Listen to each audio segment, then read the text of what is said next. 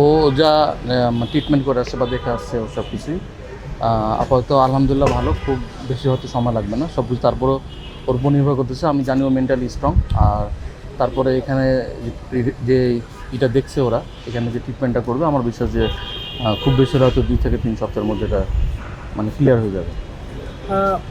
অস্ট্রেলিয়ায় টেস্ট খেলার একটা সুযোগ ছিল, তার ক্যারিয়ারের জন্য একটা মাইল ফলো হতে পারত, খেলতে পারতেছে না, যে কোনো প্লেয়ারের জন্য খুবই খারাপ।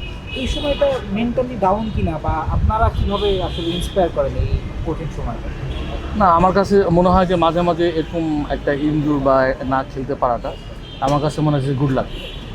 যে নিজে সতর্ক হওয়া, কীভাবে আরও নিজেকে টেক কেয়ার করতে পারবে সে নিজেকে, যে ইনজুরটা হয়েছে ইনজুর থেকে আর কখনো যেন না হয়, বা বিভিন্ন ইনজুর যে হয়ে আমরা পেস বলাররা হয় সেখান থেকে নিজে কীভাবে টেক কেয়ার করবে সে নিজে থেকে এখন ওটা আরও চেষ্টা করবে যে বেশি বেশি ম্যাচ খেললেও সে যেন ফিট থাকে।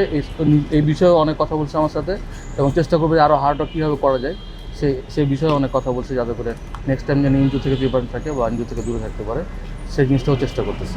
5+ স্টার রেটিং প্রাপ্ত দেশের সর্বোচ্চ বিদ্যুৎ সাশ্রয়ী ওয়ালটন এসি স্মার্ট কমফোর্ট এখন নেক্সট লেভেলে। আপনি বললেন যে সামহাও এটা গুড লাক হিসেবে কাজ করতে পারে। আপনার কি মনে হয়েছে যে লাস্ট কিছুদিন ধরে রানা যে স্টারডমটা পেয়েছে তাতে করে সে একটু কেয়ারলেস হয়েছে, বা তার বোলিং ওয়ার্কলোডটা আসলেই বেশি হয়েছে, এমনকি আপনার মনে হয়? না, যেহেতু ভালো পারফর্ম করছে, উইকেট পাইছিল, সব কিছু ওকে ছিল। হ্যাঁ, ইনজুর কার কখন কীভাবে হবে এটা বলা মুশকিল। হয়তো ম্যাচ খেলতে গিয়ে হয়েছে, এটা তো প্র্যাকটিস হতে পারতো, তখন আমরা কী বলতাম, বা এমনি নর্মালি বাইরে তো হতে পারতো। সেটার জন্য ব্যাড লাক। সেটা হয়তো মাঠে হয়েছে বলে আমরা বলছি যে অনেক বেশি ম্যাচ, অনেক বেশি খেলা হয়ে গেছে, এই কারণে হয়তো বা এটা বাইরে হতে পারতো। ওই জন্য বলছি এটার জন্য ব্যাড লাক, সেটা যেখানে সেখানে হতে পারতো। তারপরে বলবো এটা গুড লাক, যে সে সতর্ক হওয়ার জন্য যেসব কাজ অবশ্যই সেগুলো ট্রাই করবে এখন থেকে। আপনার দুজনেই আপনার খুব প্রিয় ছাত্র, দুজনকে আমরা আসলে অস্ট্রেলিয়াতে একদিন ধরে পুরো ট্যুরে পাচ্ছি না, আর একটা প্লেসমেন্ট পাচ্ছি না, এটা আসলে আমাদের জন্য সেটব্যাক।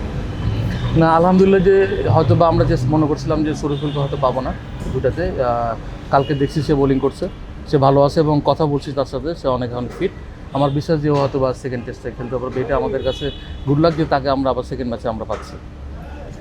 একটা হাইপ ছিল যে নাহিদ রানাকে নিয়ে সবার আগ্রহ ছিল, যে অস্ট্রেলিয়ার মিডিয়া থেকে শুরু করে ক্রিকেটার এখানে যেহেতু খেলা হয়েছে তাদের, তো সেই জায়গা থেকে মনে হচ্ছে একটু মানে কমে গেল কিনা ব্যাপারটা আমাদের ক্ষেত্রে। না, এটা স্বাভাবিক। যখন আমরা বা প্রতিটা দেশেই কোনো বেস্ট জন প্লেয়ার থাকে, তারপর নির্ভরশীল করে কিন্তু সবাই কিন্তু চেষ্টা করে যে ও আসে মানে আমাদের একটা কিছু করে দিবে।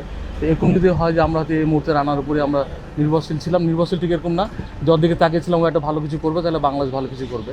তো এরকম যদি এরকম মানে বেস্ট প্লেয়ারটা একটা ইনজুর কিছু হয়, তখন দেশটা কিন্তু থমকে দাঁড়ায়। ঠিক জিনিসটা সবার কাছে এরকম, শুধু আমাদের কাছে না, আপনাদের কাছে তাই, বা ক্রিকেট বোর্ডও তাই, পুরো বাংলাদেশেও একটু থমকে দাঁড়িয়েছে। সমস্যা না, আমার বিশ্বাস যে এই থমকে দাঁড়ানো হয়তো নেক্সট যে সিরিজগুলো থাকবে এটা সব কিছুই পৌঁছে দেবে আবার ক্রিকেট বোর্ড বা বাংলাদেশ। আপনার তো পাইপলাইনের সাথে ভালো যোগাযোগ আছে, যেহেতু আপনি পার্টনার নিয়ে কাজ করেন, এরকম বোলার দেখেন কিনা বা উঠে আসছে কিনা? না, আসছে। আমি 17ও দেখছি, 19ও দেখছি, এখন তো আন্ডার 23তে আমি দেখলাম, এখানে বেশ কিছু ভালো বোলারও আছে, তারাও উঠে আসছে আমরা থেকে। হয়তো বা নাহিদ রানা এক্সেপশনাল বোলার, এখানে আমরা সবাই জানেন পেসটা কিন্তু একদম গড গিফটেড, হয়তো এরকম পেস এখনও পাই নাই, কিন্তু তারপরেও যারা আছে যথেষ্ট ভালো পেস বোলার আছে পাইপলাইনে।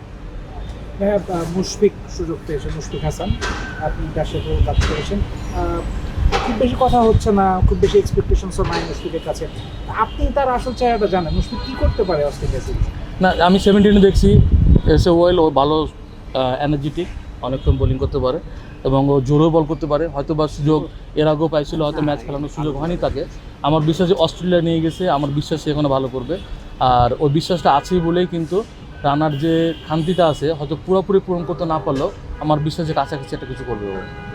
এটা সারপ্রাইজ ফ্যাক্টর হিসেবে কাজ করতে পারে কিনা, কারণ মুশফিককে কেউ চেনেও না, জানেও না, অস্ট্রেলিয়ান ওরাও আসলে খুব বেশি স্টাডি করতে পারবে না, সেক্ষেত্রে ওকে খেলায় দেওয়া যায় কিনা, বা একটা সারপ্রাইজ ফ্যাক্টর হিসেবে কাজ করতে পারে? হ্যাঁ, না, ওটাই বললাম যে হয়তো বা নাহিদ রানা খান্তি পূরণ করতে হবে না, কিন্তু আমার বিশ্বাস যে ও সারপ্রাইজ কিছু একটা করবে, আমার বিশ্বাস এটা। কারণ হচ্ছে যে আমরা লোকাল ক্রিকেট যা খেলা দেখেছি, আমি লঙ্গার বাসন ম্যাচে এনসিএলে খেলা দেখছি, যথেষ্ট জোরে বোলিং করে এবং এনার্জেটিক, অনেক সময় অনেক দিন অনেকক্ষণ বোলিং করতে পারে। আমরা বিশ্বাস যখন যদি তাকে খেলায় ভালো কিছু করবে ও। ভাইয়া, ইবাদত আসলে একটা সময় দারুণ সুন্দর ছিল বাংলাদেশের পেজ করে, আসলে একটু অফ ফর্মে আসে আসার পর এখন আসলে কেমন দেখছেন? না, অফ ফর্মে ঠিক না, ও তো অ্যাকচুয়ালি ইনজুর, আপনারা সবাই জানেন, ইনজুর থেকে কামব্যাক করছে এখন। সেই জিনিসটা থেকে যখন উঠে আসছে, নিজেকে তো একটু মাথা ওটা থাকবে যে ইনজুর জিনিসটা। তারপরেও ইনজুর থেকে যে এখন আবার ব্যাকে আসছে, আস্তে আস্তে রিদমে আসছে, কালকে দেখা হয়েছে, এমনি কথা হয়েছে, অনেক ভালো আছে। আমার বিশ্বাস যে ও আস্তে আস্তে ওকে টাইম যদি দেয় ক্রিকেট বোর্ড, ও আগের একটা ছন্দ ফিরে পাবে, আমার বিশ্বাস।